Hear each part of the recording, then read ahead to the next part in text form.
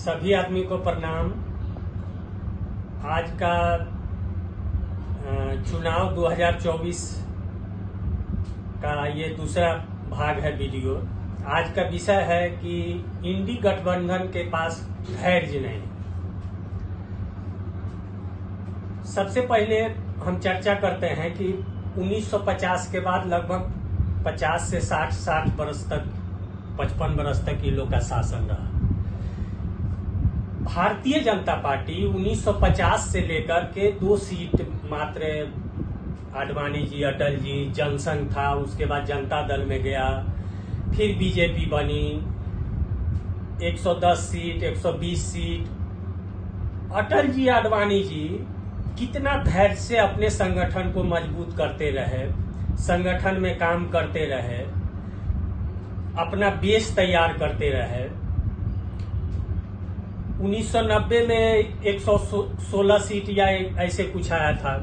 उसके बाद भी अपना धैर्य नहीं खोए, किसी तरह का कोई गलत बयानबाजी नहीं किए, ना कोई झूठ बोले। 1996-97 में 13 दिन में सरकार गिरा दिया गया, फिर 13 महीना में सरकार गिरा दिया गया। फिर भी अटल जी ने कभी नहीं कहा कि भाई लोकतंत्र की हत्या हो रहा है, कांग्रेस तानाशाह है, कांग्रेस महत्वाकांक्षी है। कभी अटल जी गलत बयानबाजी नहीं किए। 2014 में मोदी जी शासन में आते हैं। 2014 से लेकर 2024 अभी 2 टर्म होता। ये लोग को तमाम वामपंथी जो आज गठबंधन बनाए हुए हैं, इन लोगों के पास धैर्य नहीं है। 10 साल में ही झूठ पर झूठ, झूठ पर झूठ।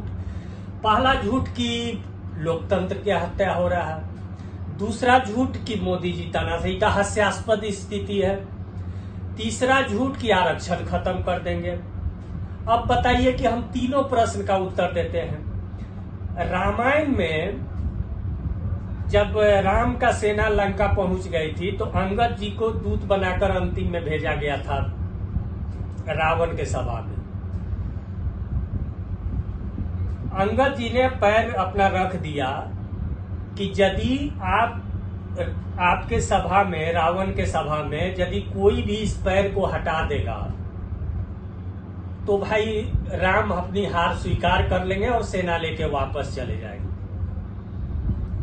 हम भी राहुल गांधी जी के बोले कि मोदी जी डिबेट करें डायरेक्ट, चाहे कोई भी देश का आदमी डिबेट करे। अब तो वो कम से कम हमको लगता है कि नहीं बोलेंगे कहीं कोई भी भाषण में, क्योंकि हम उनका जो है चुनौती को एक्सेप्ट कर लिए। हम तो पन्ना प्रमुख हैं, पहले तो हमसे ही निपट ले। वो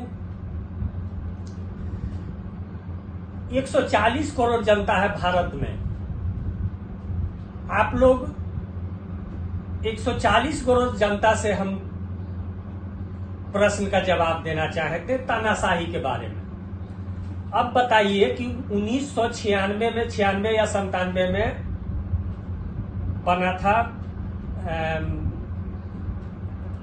इनका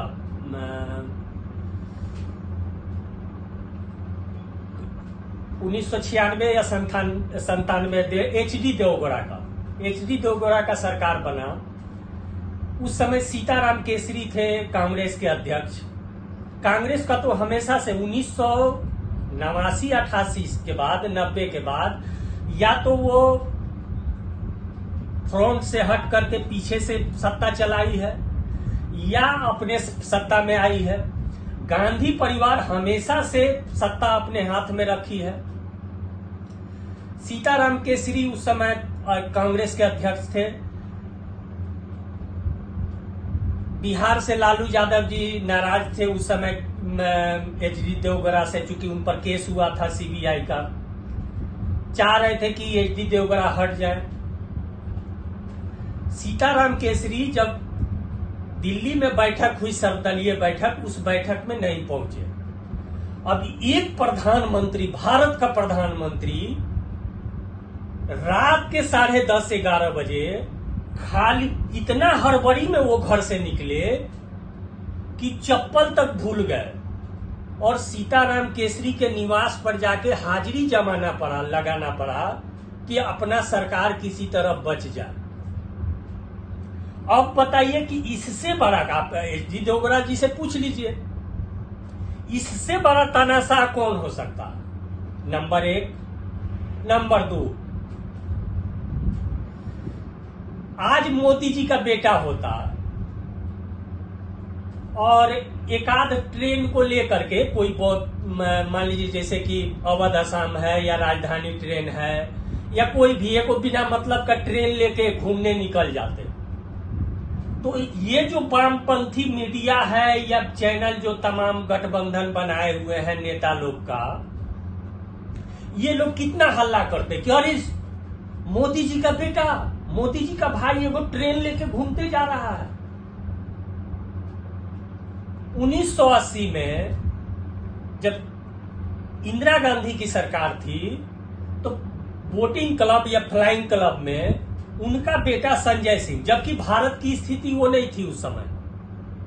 आज तो मान लीजिए भारत सक्षम बन गया है, हर चीज में, जीडीपी में हो चाहे हर चीज में हो, मजबूत है, लेकिन उस समय भारत गरीबी के स्थिति में था, कई युद्ध लड़ चुका था और एक प्रधानमंत्री का बेटा सुबह सुबह निकल जाता है हवाई जहाज लेकर के टूर पर दिल्ली के ऊपर में, और ये दिल्ली का धंधा था।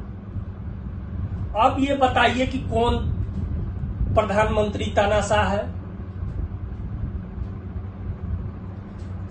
संजय गांधी निकल जाते थे, अब उनके चलते उनकी मौत भी हुई। पूरे विश्व में ही बताइए कि कौन सा प्रधानमंत्री का बेटा इस तरह का शौक पालता होगा? इसी कांग्रेस ने मतलब तमाम तरह का मीडिया को इमरजेंसी मीडिया को ब्लॉक कर देना, सारे हजारों नेता को जेल में बंद कर देना, फिर भी वामपंथी आज कह रहे हैं और कांग्रेस कह रहा है कि मोदी जी लोकतंत्र का हत्या कर रहे हैं। राहुल गांधी कहते जो हैं कि आरक्षण हटा देंगे। दूसरा प्रश्न करते हैं हर भाषण में कि मोदी जी आएंगे आरक्षण को हटा देंगे। राहुल गांधी जी इससे पहले, आज से 5-7 साल पहले, 2015 या 16 या 14 की बात है, 16-17 की बात है, सुप्रीम कोर्ट ने आरक्षण के मुद्दे पर यह कहा था सरकार को कि आप ST/SC शेड्यूल कास्ट और शेड्यूल ट्राइब पर जो ST/ST एक्ट लगेगा उसमें गिरफ्तारी नहीं होगी। मोदी सरकार ने कैबिनेट से पास करके दिया कि नहीं, उसमें पुलिस को अधिकार होगा कि अरेस्ट करने का। मोदी सरकार गरीबों को 10% आरक्षण दिए, तो मोदी जी तो आरक्षण दे रहे हैं और आप भरी मंच से सभा में एक शीर्ष नेता होते हुए आप कहते हैं कि आरक्षण हटा रहे हैं मोदी जी, अब अगले बार आएंगे तो आरक्षण हटाएंगे। आप पर तो क्रिमिनल ऑफेंस का केस होना चाहिए, जबकि आपके पास ऐसा एक भी सबूत नहीं है कि किसी तरह का ऐसा बात कि भारतीय जनता पार्टी या मोदी सरकार कभी आरक्षण हटाने की बात कर रही है, लेकिन आपके नेता अपने भाषण में कह रहे हैं। अब रही बात की खड़गे जी, चूंकि कांग्रेस आज तक कभी भी ऐसा ही सब नेता को चुन चुन के लाता है जो कम से कम राहुल गांधी जी के लिए, गांधी परिवार के लिए कोई चैलेंज नहीं बने। एक और दूसरा बात कर लेते हैं तो फिर आते हैं। एक आरोप लगता है कि मोदी जी पार्टी में जब मन तब जिसको मुख्यमंत्री बना देते हैं, जिसको हटा देते हैं, मोदी जी ही ऑल इन ऑल है, पार्टी में किसी का नहीं चलता है। गडकरी जी बहुत अच्छे नेता हैं, कई नेता लोग आपके बोल चुके हैं, गडकरी जी बहुत अच्छे नेता हैं, तो योगी जी बहुत अच्छे नेता हैं। सारा तानाशाही एक ही व्यक्ति के अंदर है। आप अपने बयान एक दीजिए कि गडकरी जी को ही प्रधानमंत्री बना देते हैं। गडकरी जी प्रधानमंत्री बन जाए, इतना चुनाव कराने का क्या जरूरत है? मोदी जी हट जाएंगे, भाजपा से गडकरी जी बना देंगे। 90,000 करोड़ जो लग रहा है चुनाव में, सभी पार्टी सभी लोग, पूरा देश 6 महीना से ठप है, कराने की क्या जरूरत है? जब आपका इतना ही श्रद्धा है, आप जिसको बोलिए भाजपा में उसको प्रधानमंत्री बना दिया जाता है। तो फालतू बात आप बोल रहे हैं। और भाजपा में मोदी जी क्या कर रहे हैं तो भाजपा का इंटरनल मैटर है। रही बात आपके पार्टी के, तो आपके पार्टी में आप अपने सचिन पायलट को क्यों नहीं कांग्रेस का अध्यक्ष बना रहे हैं, ताकि वो कहीं गांधी परिवार से ऊपर न निकल जाए। आप तो ऐसा आदमी चुन चुन के बना रहे हैं। मनमोहन सिंह, जो भले मनमोहन सिंह के एक ईमानदार नेता, लेकिन प्रधानमंत्री लायक तो नहीं है। इसका चर्चा हम अगले वीडियो में करेंगे कि कैसे नहीं। खड़गे जी भी वही स्थिति है, वो भी आपके पिछलग्गू नेता हैं। आप ऐसा कोई कांग्रेस में बना ही नहीं सकते, या तो उसको बाहर होना होगा। कांग्रेस में ऐसा कोई नेता रह ही नहीं सकता है जो गांधी परिवार के लिए बहुत बड़ा संकट पैदा कर सके। अब आते हैं, इसका तीसरा उदाहरण हम देंगे कि नीतीश कुमार जी कुछ महीना पहले एनडीए गठबंधन से बाहर निकले। बाहर निकल करके पहला बार नीतीश कुमार जी के मन में ख्याल आएगा कि हम एक भारत में एक गठबंधन बनाएंगे विपक्षी दलों का, और हम एनडीए से चुनाव लड़ेंगे विपक्ष में। घूम घूम करके सभी स्टेट में जा करके, जबकि कांग्रेस को पहल करना चाहिए, कांग्रेस ने पहल नहीं किया। सारे मुख्यमंत्रियों से मिल करके बैठक किए पटना में। बैठक करने के बाद सारा प्लेटफॉर्म तैयार किए। अब ये बात कांग्रेस को तो बुरा लगेगा कि नीतीश कुमार जी कैसे आगे निकल रहे हैं, और गांधी परिवार को तो सबसे ज्यादा ये बात जचेगा नहीं, हजम नहीं होगा। तुरंत नीतीश कुमार जी से बैठक में बेंगलोर में शायद बैठक में हाईजैक कर लिया गया कांग्रेस द्वारा, और संयोजक खड़गे जी को बना दिया गया।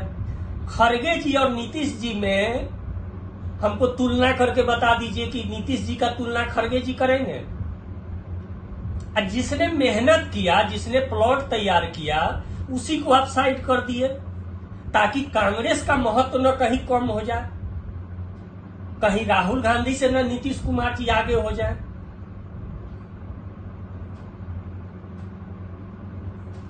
उसके बाद लोग आरोप लगा नीतीश जी बाहर हो गए। काहे नहीं बाहर होंगे नीतीश जी? आपको संगठन और गठबंधन का सारा सीट शेयरिंग करना है, आप यात्रा पर निकल जाते हैं।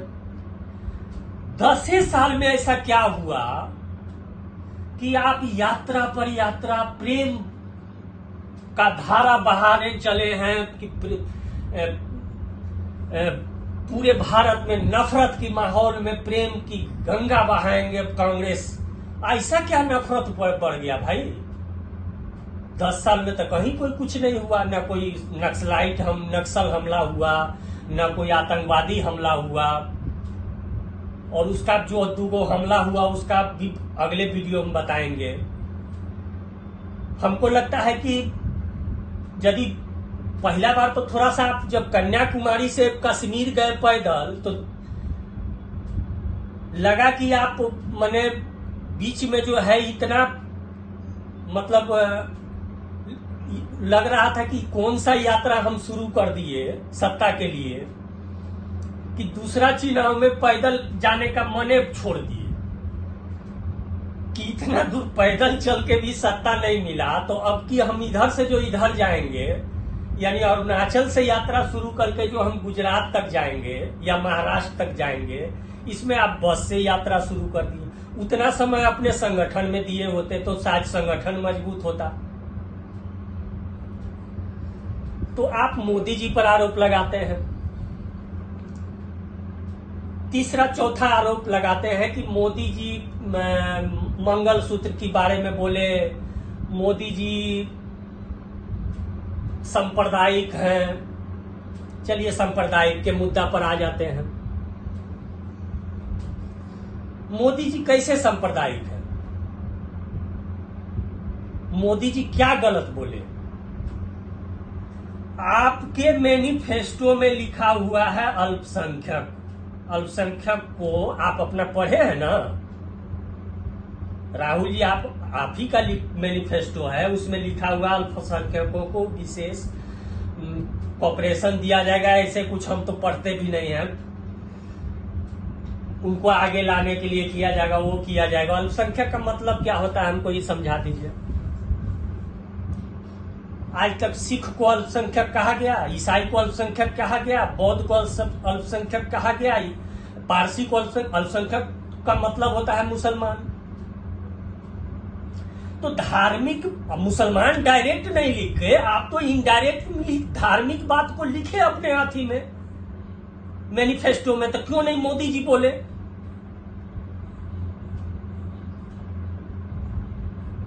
और कर्नाटक में आपने आरक्षण भी दिया धार्मिक आधार पर, जबकि संविधान में नहीं है।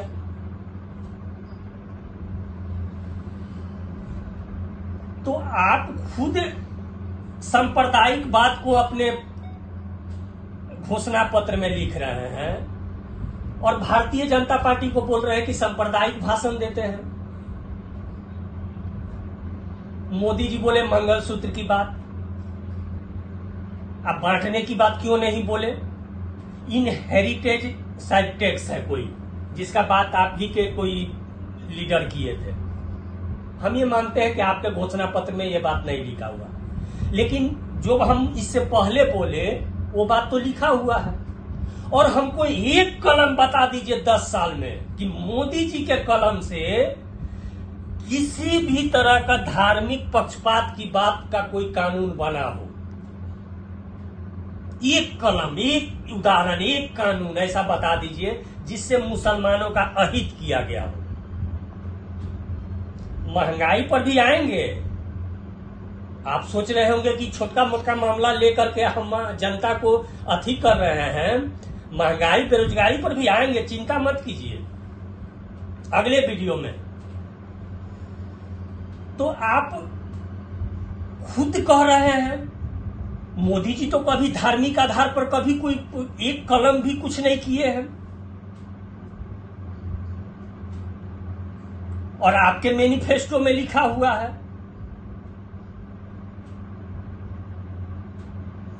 अब बताइए कि इनहेरिटेड टैक्स जो है, जो राजीव गांधी खुद आपके पिताजी वो ज्यादा ज्ञानी थे कि आप ज्यादा ज्ञानी हैं? वो हटा दिए 1986 में शायद उस कानून को। इसलिए हटाए कि इतना ना विवाद होता था। जो उस कानून में पदाधिकारी लगे हुए थे, कर्मचारी लगे हुए थे, जितना पैसा सरकार को टैक्स नहीं आता था उससे ज्यादा उसमें खर्च हो जाता था।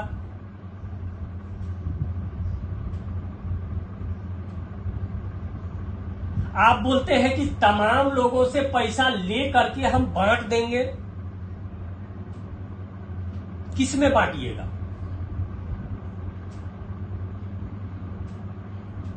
किस देश में ऐसा कानून है, हमको बता दीजिए। और आप कहते हैं लोकतंत्र का हत्या।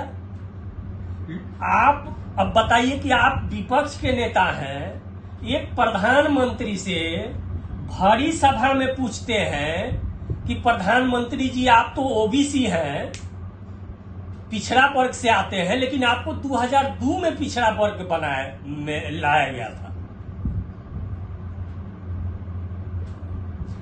यदि आप मोदी जी से जाति पूछते हैं तो पहले तो आपको अपना जाति, ऐसे भी जाति जनगणना की आप बात कर रहे हैं, तो आपको तो अपना जाति सभा में बताना होगा ना। अब हम आपका हिस्ट्री बताते हैं। आपके दादाजी पारसी, आपकी दादी ब्राह्मण, आपकी मम्मी सोनिया आंटी ईसाई, और ये 3 धर्मों का प्रयाग कुंभ आप राहुल गांधी, गंगा जमुना सरस्वती इलाहाबाद में प्रयाग जो है 3 धर्मों का संगम प्रयागराज है आप। अब ये बताइए कि आप पहले तो कौन धर्म के हैं? कहता आपके आचरण से, न आपके व्यवहार से न लगता है आप हिंदू हैं, न लगता है ईसाई हैं, न लगता है मुसलमान हैं, न लगता है कि आप कोई धर्म नहीं मानने वाले भी, ऐसा भी नहीं लगता है। हम आपका कई वीडियो देखे हुए हैं। आप टोपी पहन करके मजार पर जाएं तो धर्मनिरपेक्ष है, और मोदी जी राम जन्म मंदिर का उद्घाटन करें, टीका लगाएं, पूजा अर्चना करें तो मोदी जी सांप्रदायिक हैं। बहुत बड़ा नाइंसाफी है ये। कितना मिनट हुआ? 22। ठीक है, 22 मिनट हो गया। अगले वीडियो में फिर आपका मतलब यदि आपको लगता होगा कि क्या कहा जाए, मतलब डायरेक्ट तर्क करना, तो आप कहीं भी बुला सकते हैं। पन्ना प्रमुख से ही आप जीत जाइएगा तो हम भाजपा ये वचन देते हैं आपको, जैसे अंगद जी वचन दिए थे रावण के दरबार में, वैसे हम वचन देते हैं कि मोदी जी नहीं बनेंगे प्रधानमंत्री। आप पहले हमसे ही जीत जाइए। इसी सब के साथ, चूंकि अभी चुनाव चल रहा है, सभी लोगों से आग्रह है, निवेदन है कि राष्ट्र हित में देखिए क्या किए मोदी जी, पूरा किताब लिखना होगा उसके लिए। राष्ट्र हित के लिए, देश हित के लिए एनडीए के पक्ष में वोट करें, और फिर हम अगले विषय पर, टॉपिक पर वीडियो लाएंगे, एक दिन बीच कर देंगे। इसी के साथ अपनी वाणी को विराम देते हैं। जय हिंद, जय भारत।